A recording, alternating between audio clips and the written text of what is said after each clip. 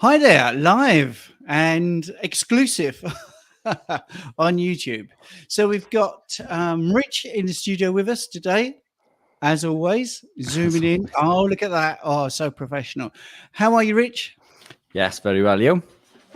Yeah, good. Yeah, good. I went to the beach today, hence the red glow. And also I got bitten by a gnat. The So that was, joys. yeah, the Joys. joys of gnats. If I'm assuming they have them in America, so they know what a gnat bite is. But anyway, what have you been up to? I have just come back from a quick bike ride, 30 minutes just to spin the legs out.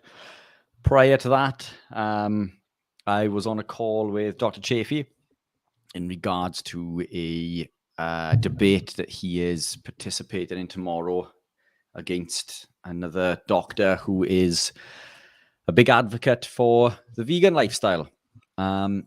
So, yeah, we were exchanging our war chest, as it were, in regards to research and things. So, yeah, the last couple of days, last night, I was sat here at my desk until nearly midnight, I think, going through research because of all the changes and things within the business and moving the premises.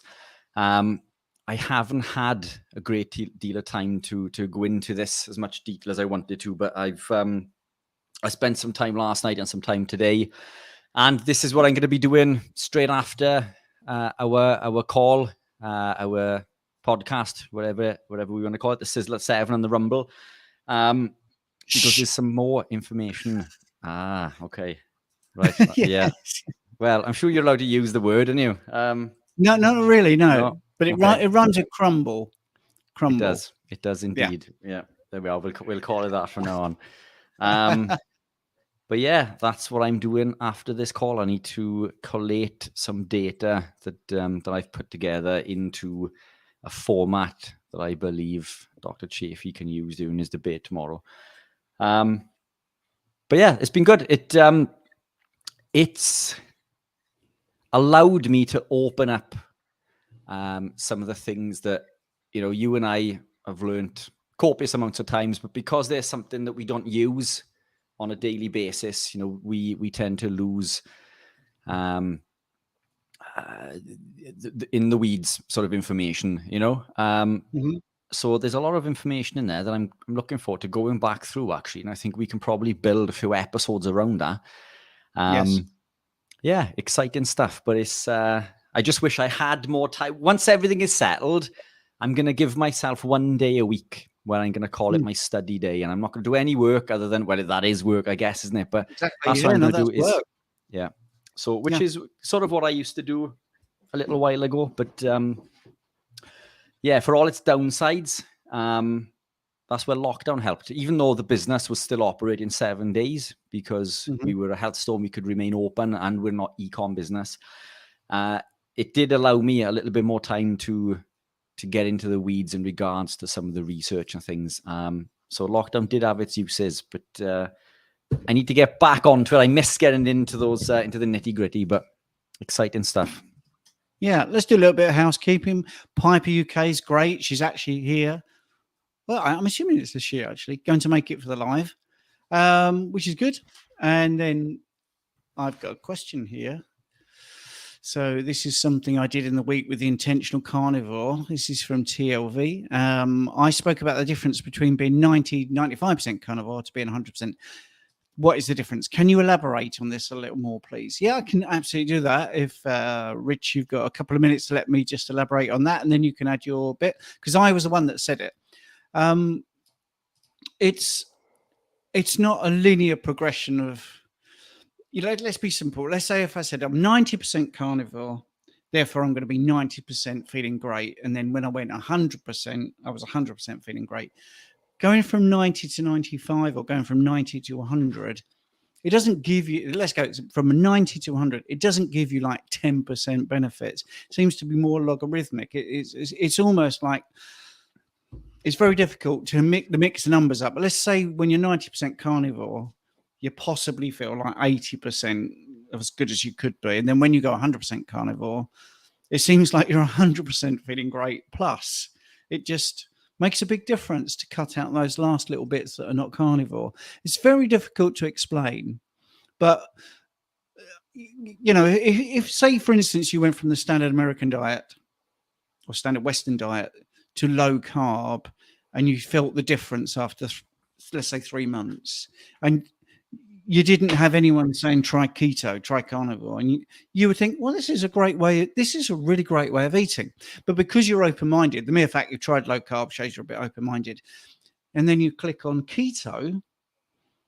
Oh, that sounds good. Maybe I should try that. And you try keto, and that's even better. And then, as is very common with a lot of people in this space, and I will make this sound as simple as possible. Wow, if I cut out, 80 grams worth of carbs and I feel this much better, what would happen if I got rid of all the carbs? And that's when you go carnivore. But then people still hang on, and I did hang on to things like coffee. Like I say, a square of dark chocolate or something like that. But as soon as you go like 100%, it's like the keys to the kingdom. It really makes a huge difference, a huge difference. It's very difficult to elaborate, but when I'm coaching somebody, I will always say it's worth trying, because if you don't, you'll never know how good that is. And then you can make an informed choice. That, which is a big deal over the last 3 years, with the restrictions. Having an informed decision is really good. So if you go 100% and you feel amazing, but you think, oh yeah, but I'm a bit down and out because I'm not having my morning coffee, you can then make that decision, right? The benefits of not having coffee are X, Y, Z, but I am getting, ABC from having coffee in the morning. What do I want more? How bad do you want it?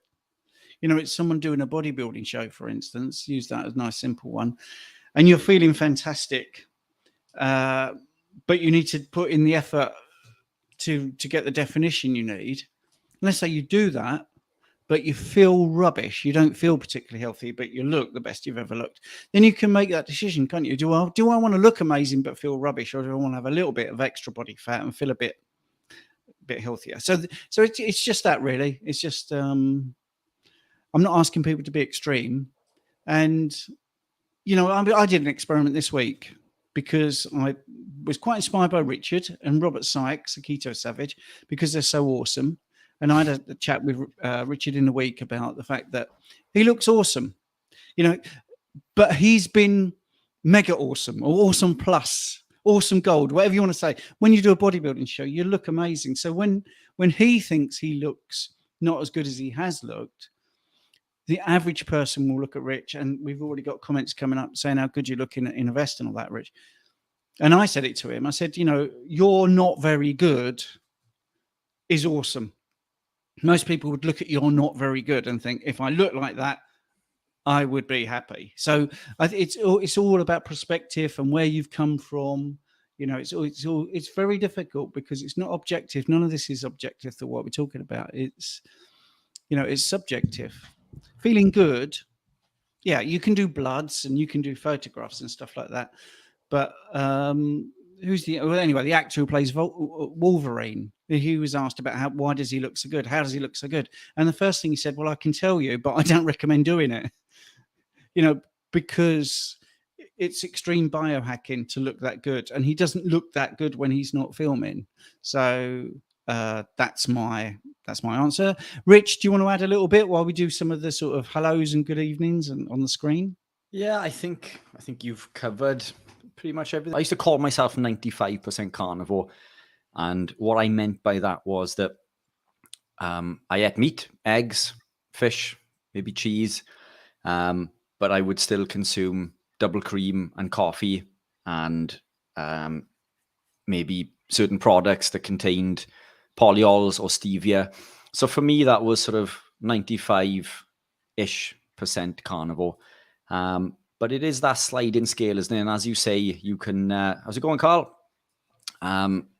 As you say, you can go further down that rabbit hole.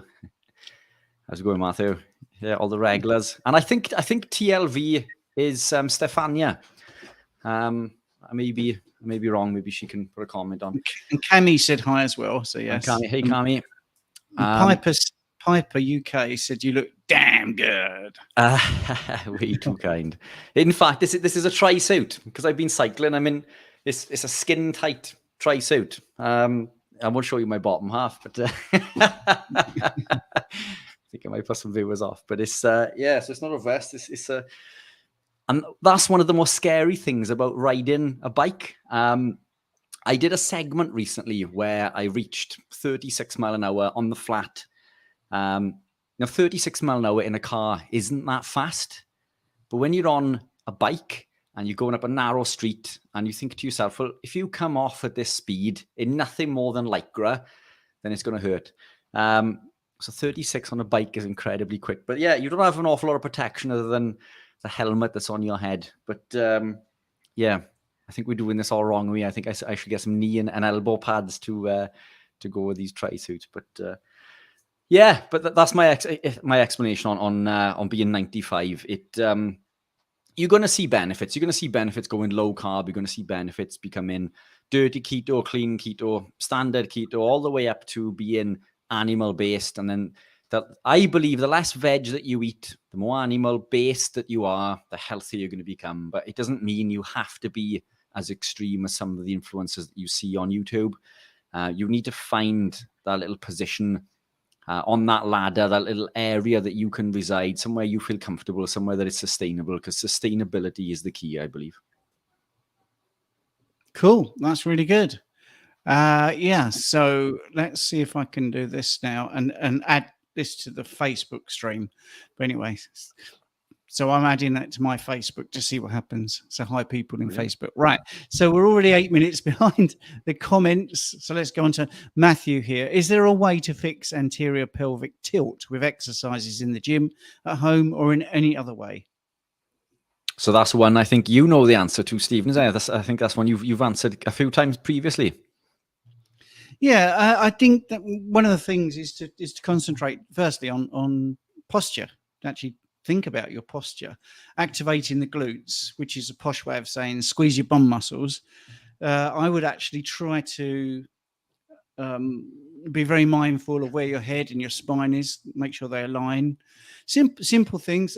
There's actually quite a lot you can do. One of the most common mistakes many people make in the gym is looking at the weights. So let's say they're doing a shoulder press. You still need to look ahead, but most people actually look at where the weights are going, or they'll look in the mirror.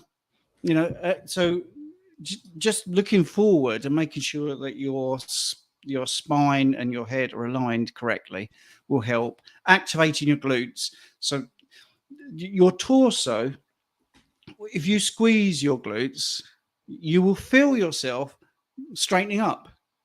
So the activation of the glutes is very good. Try and do as many standing exercises as possible. And when you're sitting, be mindful of how you're sitting. I think that's a good start, Matthew. I think just do those things and then come back to us next week and say, yeah, I tried those things and that seems to have helped already. You can get there. You can definitely work on that. Kevin, I think Kevin might be new. He's got an important question here, which is how important is post-workout nutrition on Carnivore? I like lifting weights in the morning about 6 a.m., but was thinking of doing intermittent fasting from, say, 12 midday to 6 p.m. Yeah. Hey, Kevin. Not as important as one would believe. That whole theory of the anabolic window is a myth. Training weights in the morning, doing a fasted state is fantastic because that's going to give you 1 mTOR activation. When you finish training, I would give it 3 hours before you consume food, and that will elicit another mTOR reaction. So before you've even began your day, by 10 a.m., you could be eliciting another response. I would preference to do it 3 hours after, just to benefit from that mTOR reaction, and then you can jump on the back of the mTOR reset every 3 hours. So we could maximize the mTOR reset 4 times in one day to maximize muscle growth. But training fasted is fantastic, but you don't need to eat straight after training. Allow 3 hours and eat around 50 grams of protein or 3 grams of leucine to elicit that mTOR response. That's fab. I like that answer. But Is it because it was short? No, because I'm absolutely in concert with it. But also, I think you've got to eat enough in the first place. That's it. And when you're this way of eating, you tend to actually know when to stop as well. You start to get a bit more intuitive. So that's what I would say. I would say that if you've eaten the day before plenty of nice good quality proteins, they're all going to be available for you. So your muscle protein synthesis is going to happen. Just because you've fasted overnight, say for instance, it doesn't mean that all the food that you ate the day before is evaporated.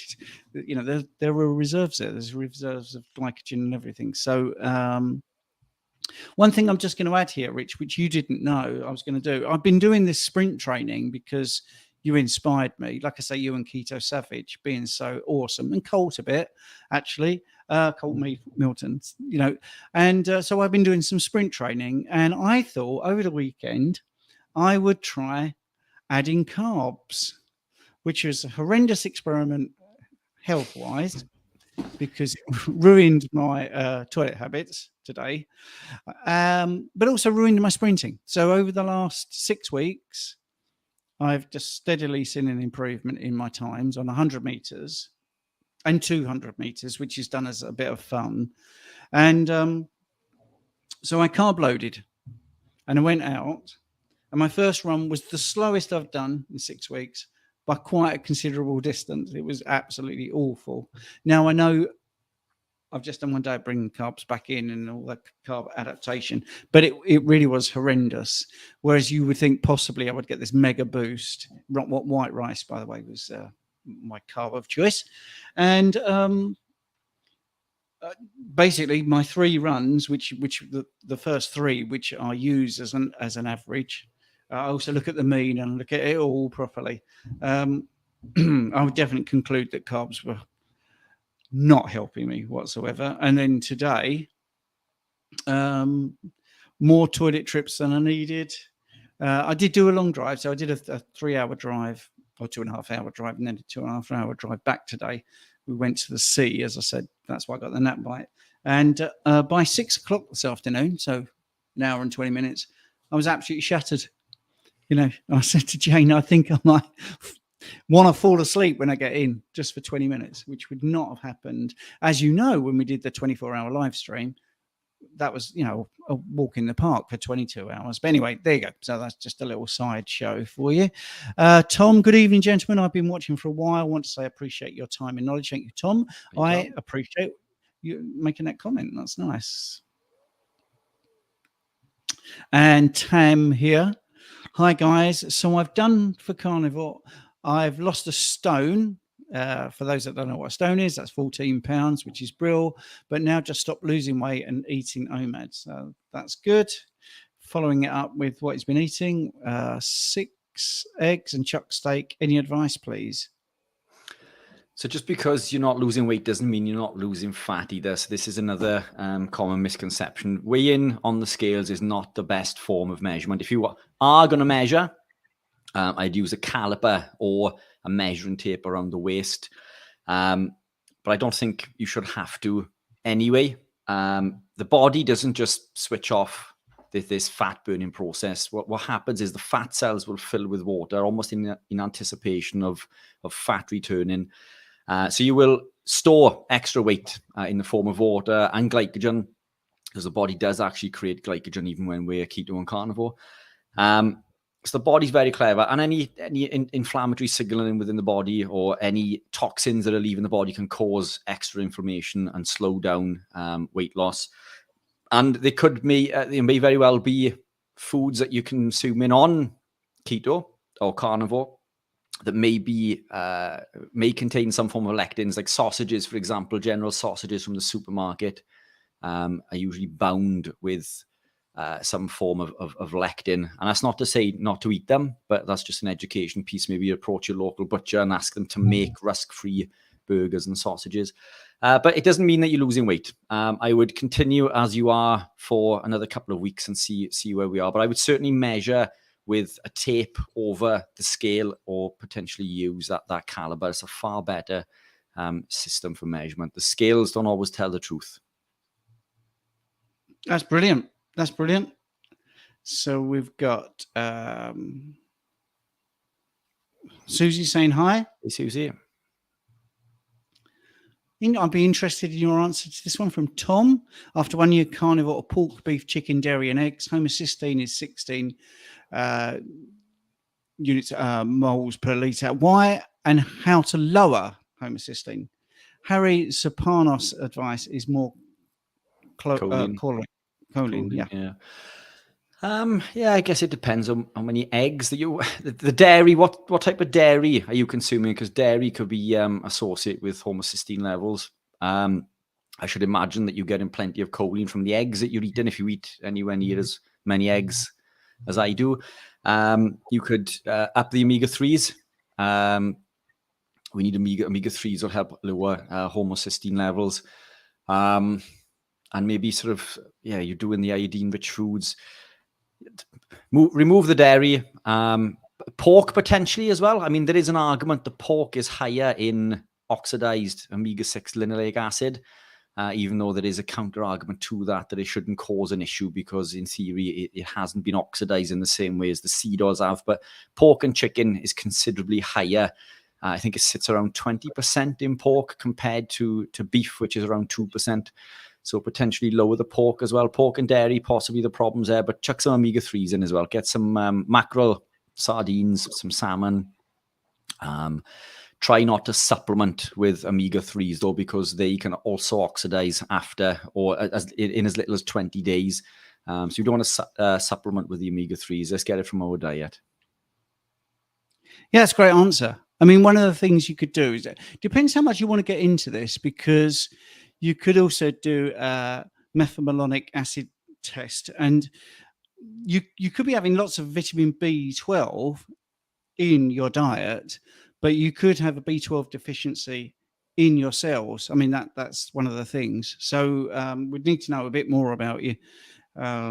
You might be on medications like metformin, which lowers, B12 levels. So there's a lot more to this than just lowering a level. It's also looking at everything else that's going on.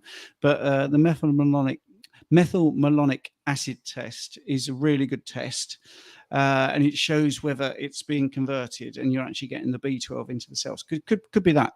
So that's it.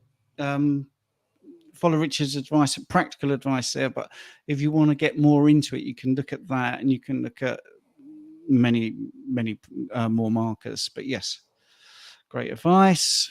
Thank you. So we've got some smiley faces. Right. I'm just trying to catch up because I put this a little while ago. We're already 8 minutes behind with the comments. We're trying to give everyone a good blast. Raymond, hello. Good evening. Man. Nice to see you. Art Master, Studio TV. I love the names, really. Hello. I know that's my favorite part. Yeah, Tia. Did you say you know who Tia? No, I'm sure. Yeah, the comment after that I can see there is that it's Eric. Eric in Northumberland. I'm sure that I've spoken with Eric. I may be wrong there, but Eric in Northumberland is saying you've both been incredibly helpful to my personal journey in the transition to being carnivorous. Fantastic. Eric in Northumberland sounds like a Monty Python sketch, doesn't it? The Eric in Northumberland sketch. Anyway, right, okay. Who else have we got here? Tom, Stephen. Today, Harry had Phil Escott on, and they chatted about the virus for about 30+ minutes. About half of the questions got skipped. Well, if you like dessert at 8 o'clock, Richard and I are going to have some crumble. So if you wanted to listen to us talking about things there, then you can. I will put my Linktree link in the comments, and you can look at the top link to look at that at 8 p.m. Anyway, right. Okay, so let's get on. Thank you, Tom, for that. Tam, it's all here. Eric the Viking and all that. It's good. I like the names. Started carnivore for 30 days and lost a stone, and last week lost nothing. Oh yeah, we've just done that. So torn meniscus. Well, that's difficult because it depends whether it's what sort of tear it is. If it's a bucket handle one, then that's very problematic. But we have definitely seen proof of meniscus repair in people on carnivore who have been doing the right things when they train.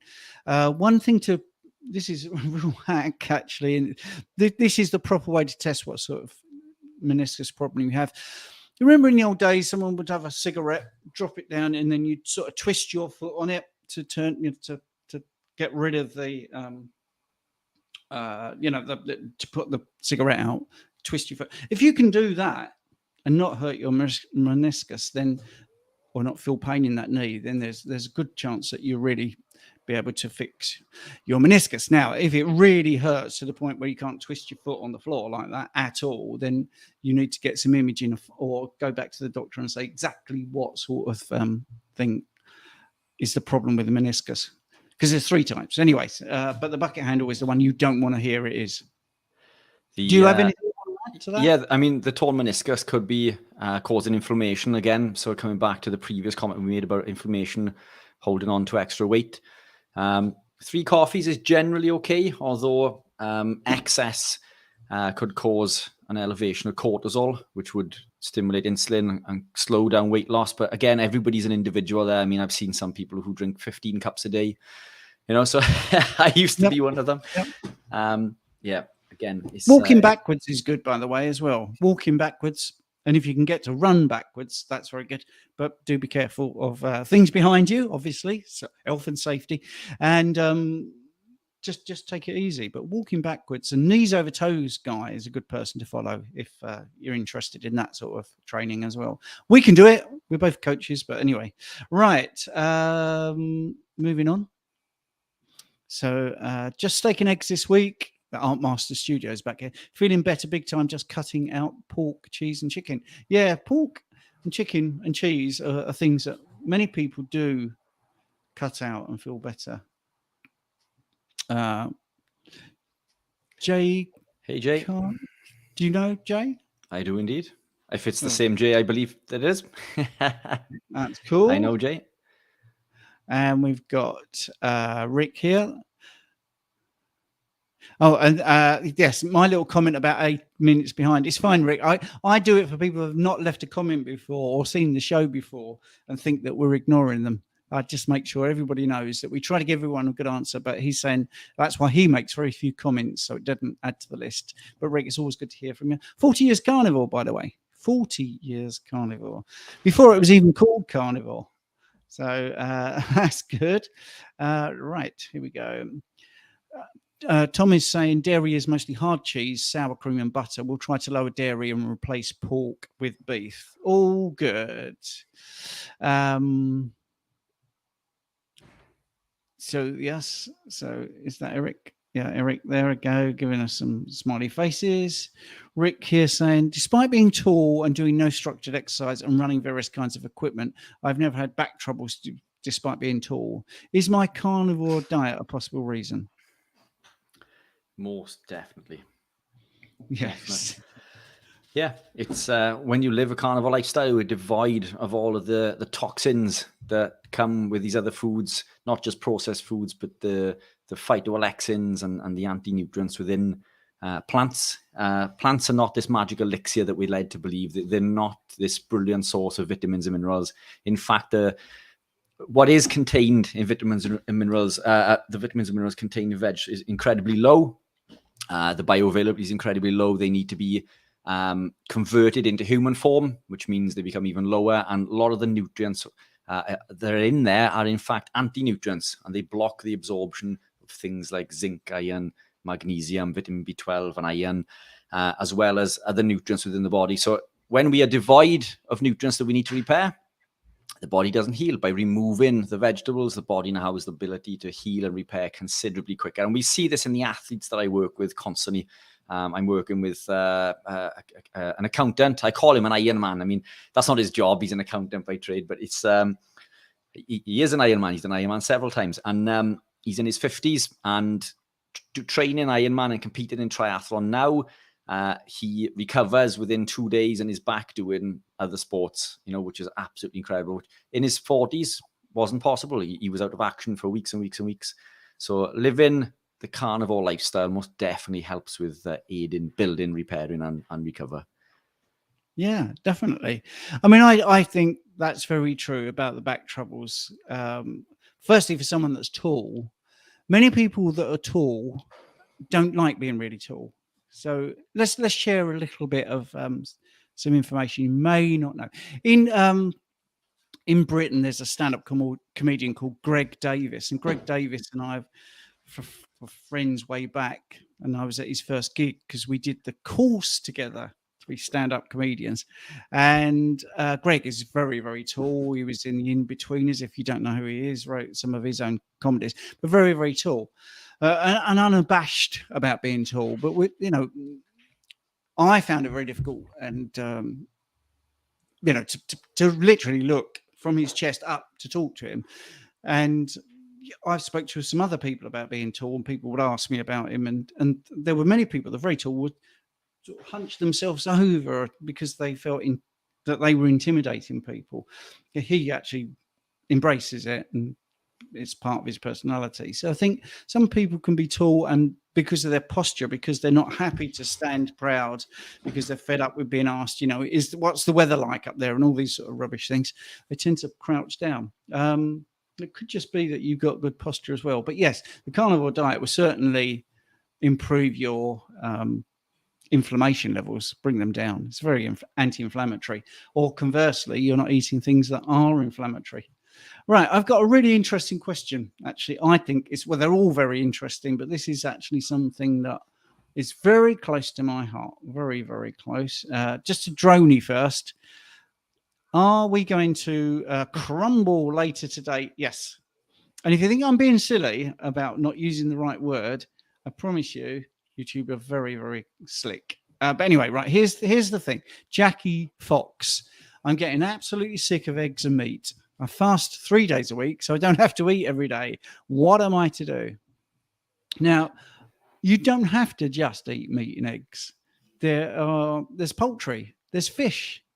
You can be very innovative with what you eat. So I've got on my channel, what I eat in a day, over 100 videos there, and there's not much repetition. There's so many different ways to look at the carnivore diet, and there's so many things that you're possibly not eating. Mussels and crab and lots of seafood done different ways. I was allergic to seafood up until I was age 50. So there's that. Fasting 3 days a week is not a bad thing. It's really odd. The reason I found it interesting is because I'm heading into a 3-day fast this week, Monday, Tuesday, and Wednesday, because I just want to be really, really on point. I want to lose a little bit of body fat, get my body composition down. So I don't think necessarily fasting 3 days a week is a bad thing. I think if you want to do that, you get all the autophagy, you'll get lots of benefits from that. And I also think you'll get your love of food back, because you will be hungry, and when you eat, you'll enjoy it more. So anyway, that's my 2 penneth. Richard will have another 2 penneth to put in. One of the questions that I get asked when people begin a keto or carnivore journey is that is it restrictive, or it's a comment that is made that it's restrictive. So I think this is one that we covered last week. So what I typically do in that situation is I'll ask that client of mine to run me through what they eat on a Monday. And it's always the same sort of stuff: muesli for breakfast, or some other form of cereal with maybe some toast and a sandwich a little later on, and then pasta and chicken or something for lunch, etc. So we'll go through the full day, and once they have given me their list of foods that they eat on a Monday, I'll ask them, well, what do you eat on a Tuesday? Well, it's the same thing. We are creatures of habit. We eat the same thing almost every day. When you go shopping to the supermarket, you go to the same places, you pick up the same product. You may change a flavor or something in one of the products, a different cake or a different flavor packet of crisps or whatever it may be. But we are creatures of habit. So all we're doing is removing the toxic foods, and we're consuming highly nutrient-dense foods in the form of animal proteins. Now, the animal proteins list is it's almost endless, isn't it? You go to the butcher, and there is a countless amounts of meats that you can buy and cook in various ways. An egg, you can boil an egg, you can fry an egg, you can make an omelette out of an egg. You can make muffins in the microwave out of egg. So an egg, you can make 4 different meals from. Beef, you can buy mince. You can do lots of mince. You can make burgers. You could just fry the mince. Lamb, chicken, beef, salmon, all of these sorts of things. And on my website, theketo-pro.com, there is a recipes page, predominantly designed towards the carnivore market. But there are hundreds and hundreds of recipes on there, mains, desserts, starters, all sorts of things that will allow you to keep that variety in there, but become creative. There's lots and lots that you can eat living a carnivore lifestyle. And if you feel like you need to deviate from being strict carnivore now and again, well, that's fine. There's very, very few carnivores in existence that are as strict as we would believe. Very few of them are 100% carnivore. When we did the 24-hour live, I think almost every carnivore that came on, every carnivore expert said that they have a little treat occasionally, whether it was a piece of fruit or Greek yogurt or ice cream. We've all got these little go-tos, so we don't have to be as strict as we are led to believe. Yeah, that's that's brilliant. Very helpful there. And thank you to Co-Create Happy. Anyway, question here. Been doing carnivore since January and had several health improvements, but having some bad leg edema the last few weeks. Any ideas on the best way to clear this? Do you have any thoughts, Steve? Yeah, I know it sounds like a bit picky, but I wonder what leg it is. That's the first thing. Secondly, you could, if you've got a blood pressure machine, you could look at your blood pressure at both your ankles and see if they match, to try and rule out a sort of circulation problem. By the way, this isn't medical advice. This is just for information, for things you can look at that can help a medical healthcare provider if you do these sort of things. Just elevating your leg, give it a bit of a rest. Edema is obviously, swelling. Have you damaged that leg? Have you knocked it? Is there a reason for that edema there? It could be an electrolyte thing that you want to look at. It could be lack of activity. There are many different things. I would look at all of those things first. Make sure that it's less broadening it. I know we're answering that sort of question, but if you're in a chair, it's always best to sort of bring your knees up off the floor. I can't really do it because I haven't got a camera here, but move your legs as much as possible. Get your feet and go up onto your tiptoes and sort of waggle them so you're on your tiptoes on one foot, on the other, those sort of things, just to get your circulation going. That's the sort of thing I would do. Just look at your water intake. Don't drink too much. Sometimes just looking at your salt intake can make a big difference. And oddly, it can be too much or not enough. Yeah. Salt's super important. I think that's a big thing that a lot of carnivores are missing. We either don't salt the meals enough, or we may salt too much with ignoring maybe the need for potassium. Everyone's requirement is completely different, but salt is really important in the form of sodium, but potassium and magnesium are equally important. And we need, in fact, 4 times more potassium than we do sodium. Luckily, when we consume these from animal sources, they come in that ratio of 3 to 4 to 1. But electrolytes, I definitely take a look at the electrolytes for sure. If you are not consuming lots of salt, or maybe the wrong type, maybe you could supplement with a quality electrolyte. Just be sure that the electrolyte doesn't contain any calcium. Make sure it contains highly bioavailable forms of sodium, potassium. Avoid magnesium oxide, and make sure that there's no artificials in there, any nasties. Yeah, and I think it's as simple as that. Yeah. And come back to us next week. Tell us how you got on. Okay. Fantastic. Matthew, I'm not sure if Matthew is having being a little bit funny or whether it's a serious question, but we'll go for it. We'll treat every question serious. Is it possible to eat as a carnivore in an Indian restaurant? I think you can get close. I mean, I am not the biggest fan of spicy food, So Indian restaurants always been restrictive for me all my life, actually. But if you go to a good one, you could have a chicken korma and take the chicken out of the sauce. So you can ask for a more meat-based way of eating. Go for a tandoori dish, a chicken shashlik maybe, which would come with things like bell peppers and onions, but it's a tandoori dish or a tandoori mixed grill. And again, yeah, there's going to be spices in there, but it's that sliding scale again, Steve, isn't it, in regards to how strict carnivore is. If you have been carnivore, which I know you have for quite some time, then it's quite likely your gut is healed. You can afford to put a few nasties in occasionally. It doesn't mean that you may not pay the price with toilet problems the next day, or maybe a little bit of fatigue.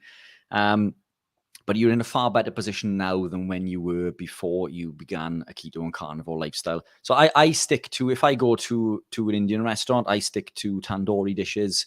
Again, if you would afford to put some bell peppers, which are high in lectins, tomatoes, which are high in lectins, and the onions, which is high in quercetin. If you want to put those in, then you can. Steve laughing there, but they're not going to kill you, and it's all about the rule and not the exception, isn't it? So if you were living the lifestyle 30 days out of 31, then putting a few little nasties in isn't going to cause a massive issue. But I would opt for white rice, if anything, but just stick to those dry dishes and avoid the sauces. Generally, a good Indian restaurant cooks with ghee, which is fantastic for keto. So you could do a pretty close to carnivore sort of meal within the restaurant. They would do also for you, I can't remember what it's called, but a mushroom mix with spinach. I'm not a big lover of spinach because of the oxalates, but again, if you're not suffering with severe kidney problems, joint pain, then a little bit of spinach isn't going to kill you. But it's not something I would eat. But again, you can put these in occasionally. You don't have to be this elite carnivore person. It's all about the rule and not the exception. Great. Rich, that's fabulous. That's fabulous. Mike Bell. Any supplements such as iodine, or I think that's magnesium, I'm assuming, we need to take on carnivore if not eating organ meats? Go on, Rich. No, I'll release you. Look, it's no. Look, I'll keep it short and sweet. Look, we get a lot of these from the food that we eat anyway. A good source of iodine is things like chicken and fish is a good source. Magnesium is found in all the meats that we eat. And surprisingly high levels as well. And if you're anything like me and you eat probably a kilogram of meat a day, then most of those nutritional needs are covered. King prawns, I believe, as well, are another good source of iodine. Magnesium, I don't think that's something you're going to be short of. If you were living the lifestyle and you feel fit and well, then there's no problem. If you have, if you're suffering with fatigue or have other issues going on, then it's something you can look back to. But there are plenty of carnivores on the planet who do not eat organ meats. I love organ meats. Our friend Bart Kay isn't a big fan of organ meats, but then other carnivores are. There's ex-carnivore Paul Saladino's a big organ meat supporter. I don't know. Organ meat supplement seller. And an organ meat supplement seller. Yeah. And look, I don't know if they're correlated. Rich, are they correlated possibly? Do you think? Look, I'm in no position to put anyone down for selling a supplement in that space. That's what I sell supplements. I class them as foods because they're all natural. I do sell some of the other nasties that come along to support the low carb and ketogenic market as well, as you know. And there's a place for these. There's a place for these in people who are gravitating. So I've Stephen and I spoke recently. I've been asked to become an ambassador for the Noakes Foundation. Incredibly honored. And part of that, we're getting Professor Noakes on for an interview next week. So the interview hasn't happened yet, because I know this is something Stephen wanted to talk about. We haven't done the interview yet. So if you have any questions, pop those in the link below and I'll be happy to ask Professor Noakes. But I had a meeting with the lady that runs part of the Noakes Foundation. a lovely lady called Yana. And one of the things that we spoke about was that she asked me what I do. And I'm a nutritionist. I help people. I supply people with advice and education. And education is important because when you are educated, you can make that decision yourself. Each and every day, you can make an educated decision in regards to what you eat. I'll explain to people what is optimal, what the healthiest foods to consume are, what foods you should avoid. But ultimately, it's up to that person to evaluate where they want to be on this scale. Now, being carnivore for a lot of people seem to be incredibly restrictive. Now, we may not think that because we live the lifestyle day in, day out, but it's taken me an awful long time to get to being as strict as I am. I didn't begin my journey by waking up and deciding I was going to be carnivore one day. I gravitated into this slowly by restricting or removing bread initially. And then I sort of went down that rabbit hole, and I used to consume my spinach and kale smoothies with turmeric and black pepper. I won't bore you with the science in regards to why that is not good for health, but I was healthier than I ever was before. So what I was doing was working because of what I was removing, not necessarily because of what I was eating. But I was fit and healthy. I'd lost 107 pounds by this point. I'd reversed my diabetes. I was no longer suffering with daily debilitating migraines, depression, anxiety. So at that time when I was living a ketogenic lifestyle and consuming lots of spinach and kale and turmeric and black pepper, I was fit and healthy. But through research, education, and laziness, because I couldn't be bothered to cook veg, I gravitated into becoming carnivore, and that's where I became even fitter and healthier. My health and well-being went to another level. But we're all on our own journey. So this is the reason that I support each and every person, because when I was speaking with Yana, one of the questions that she asked me was what I do. And, I sell certain foods and supplements that, a lot of the listeners here wouldn't be interested in. I also sell incredibly strict, what I would class as keto elite and carnivore supplements too. But some of the things that I sell would contain certain compounds that you and I, maybe would not consume. But I said I believe there's a place for this, because if we are to be as strict as you and I are, then most people would not gravitate into the lifestyle. And it's through giving them that opportunity to consume something that is far better than a Mars bar, then they can make that change by replacing, standard bread for bread that is massively reduced in lectins and carbohydrate. And that is a step in the right direction. And I said, I support this, whether it falls in line with your beliefs or not, I believe that there's a place for it. And I have managed to gravitate an awful lot of people into being carnivore through doing these incremental changes. And Yana told me a story about one of the ambassadors who was slating low carb and ketogenic bars because she believed that they were not keto. And she told me how she had to speak to this ambassador and say, well, look, we're not all elite. We're not all as far down this road as the other people are. And it's important to give them an offering in order to allow them to gravitate ever so slightly down the journey. And through these incremental changes, we can make bigger changes. So yeah, I can't slate Paul Saladino for selling, liver capsules. They are incredibly good. If you don't like eating liver and you want the nutrients, then they're a fantastic way to get those nutrients. I stock ones by Hunter and Gather. Lamb liver capsules. I eat my liver, and liver is incredibly cheap, and I don't see why. I do understand why people don't eat it, because a lot of people find it overpowering. But I eat my liver. I love eating heart. Heart is incredibly fatty and juicy and succulent. Chicken hearts are like little grapes. Brilliant for snacking on. I love my organ meats, but not everybody wants to eat a heart with ventricles and everything, and all these tendons poking out. It puts an awful lot of people off. So if you want to take a supplement, in order to replace something you feel that you're missing, then that's fine. But I do believe everything that we need can be sourced through our diet and lifestyle. But no, I think coming back to the original question, by all means, if you wanted a supplement, but I think if you were eating lots of animal proteins, particularly from red meats, I think you're going to be fine. If you're worried about iodine, as we say, get into some fish and king prawns. Chicken is high in iodine as well, and magnesium we should be fine with, especially if we're consuming lots of natural salts in the form of Celtic sea salt and pink Himalayan, because they don't just contain sodium, they do contain potassium and magnesium also. But there we are. That was my around the houses explanation. You caught me off kilter because you would went into this thing with the supplements, but yeah. Apologies. Yeah.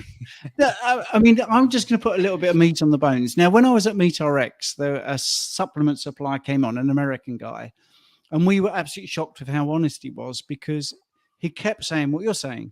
If you can get it from food, it's better. Simple as that, right? Now, today, I mean, I was out and about, and if I didn't have a cool box in the car, then some supplements might have been a good idea. And I'm not anti-supplements at all. In my drink here, I have keto-pro electrolyte, you see? So I'm not anti it at all. Mine is a little stronger than yours. Yeah, yours was an example. But anyway, so I'm not anti it, but I just think sometimes the motivation might be not for you, Rich, by the way, for other people. And, just I think it's quite funny that Phil Escott now calls Paul Saladino Fruit Saladino, because there is so much fruit in his diet and all this. Yeah, I think it's a great name. I used to call him Winnie the Pooh, but anyway, because of the honey. But I'm not anti-supplements. You're not anti-supplements, but you just hit the nail on the head. I buy lamb hearts to eat, and if you chop it up, you know what you're doing. You don't have to eat all the ventricles and the valves and things. You can just do that for £1. Basically, you can have a big chunk of meat. Now, some people might not want to do that. They might not even want to pick it up. They might not want to buy it in the first place. And yeah, if you want what a lamb's liver might bring you, or like you say, with liver in general, the high nutrient density, then getting it from supplements is a good idea. And I'm not anti-supplements, but I just like to tease people. But you say the same thing as I do, actually, which is if you can get it from food, then that is probably going to be more bioavailable and going to work really well. But that's what supplements are. They're an addition, aren't they? The whole word, it's a supplement. It's something that maybe you don't find kidney palatable, you don't find liver palatable, but you want those things. So yeah, yes, so there you go. Right.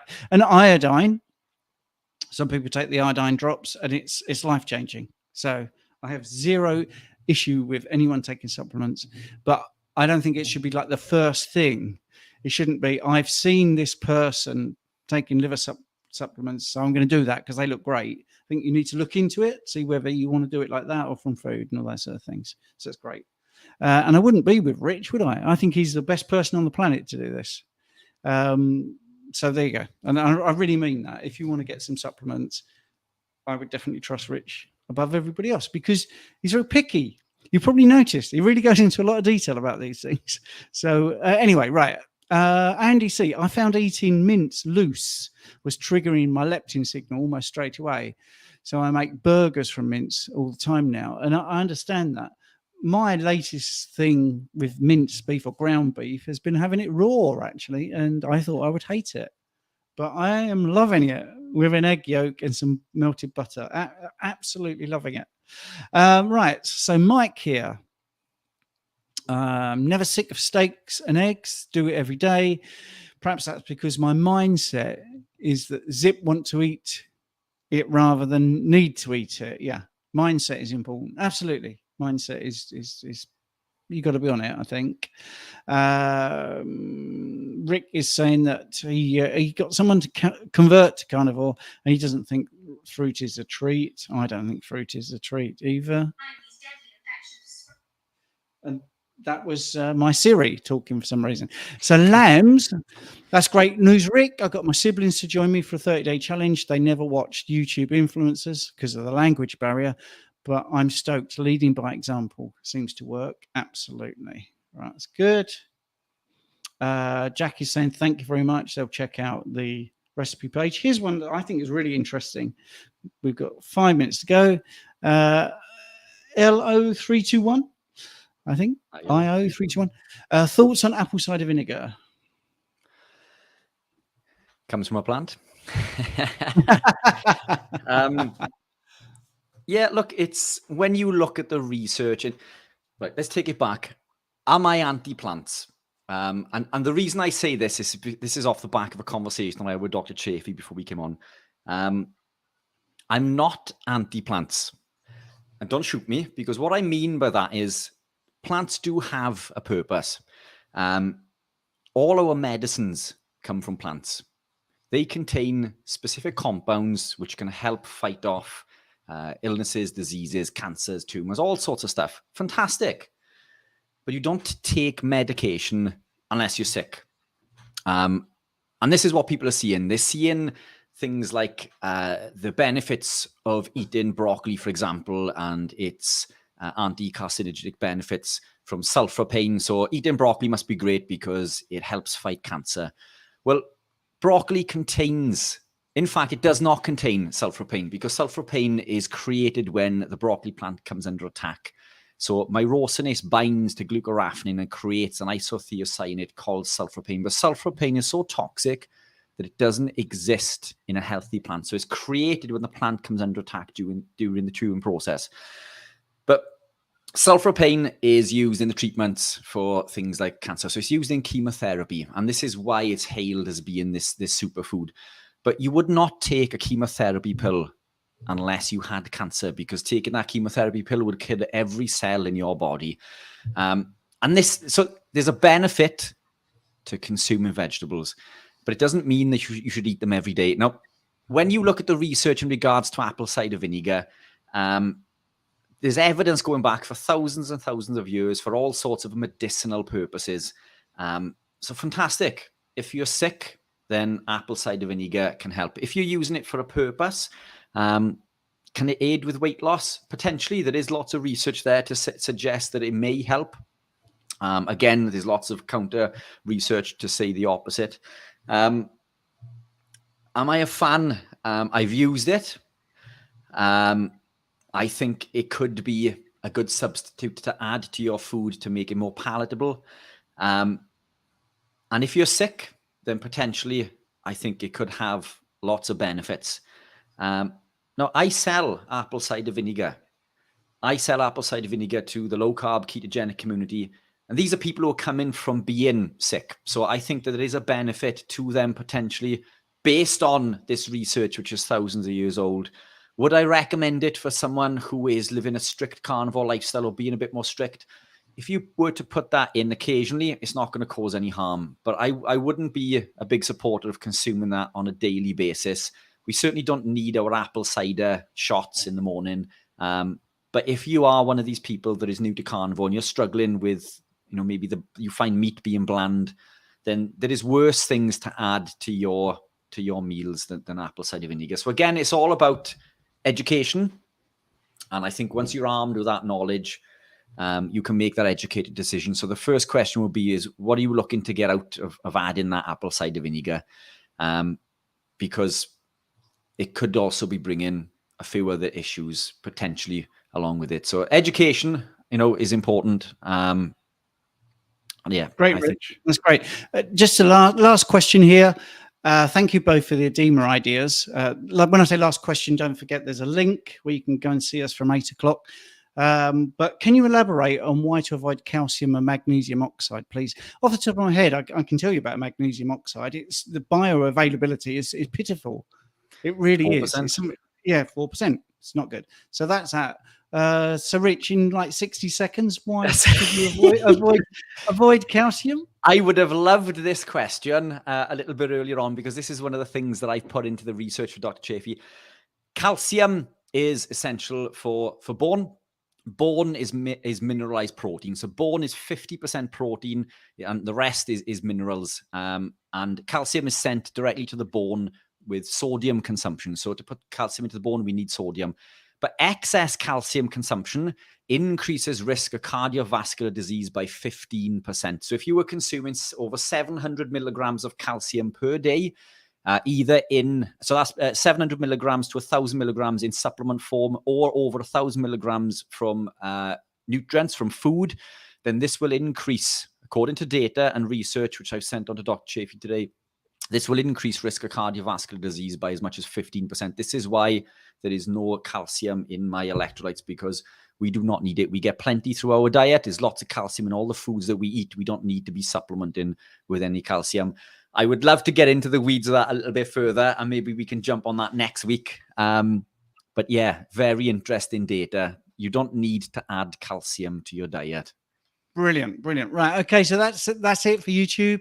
If there's a link in the description for our 8 o'clock dessert, and we're going to end the stream here, and then we're going to hop over to there. Right. Rich, see you over there, mate. See you in a bit.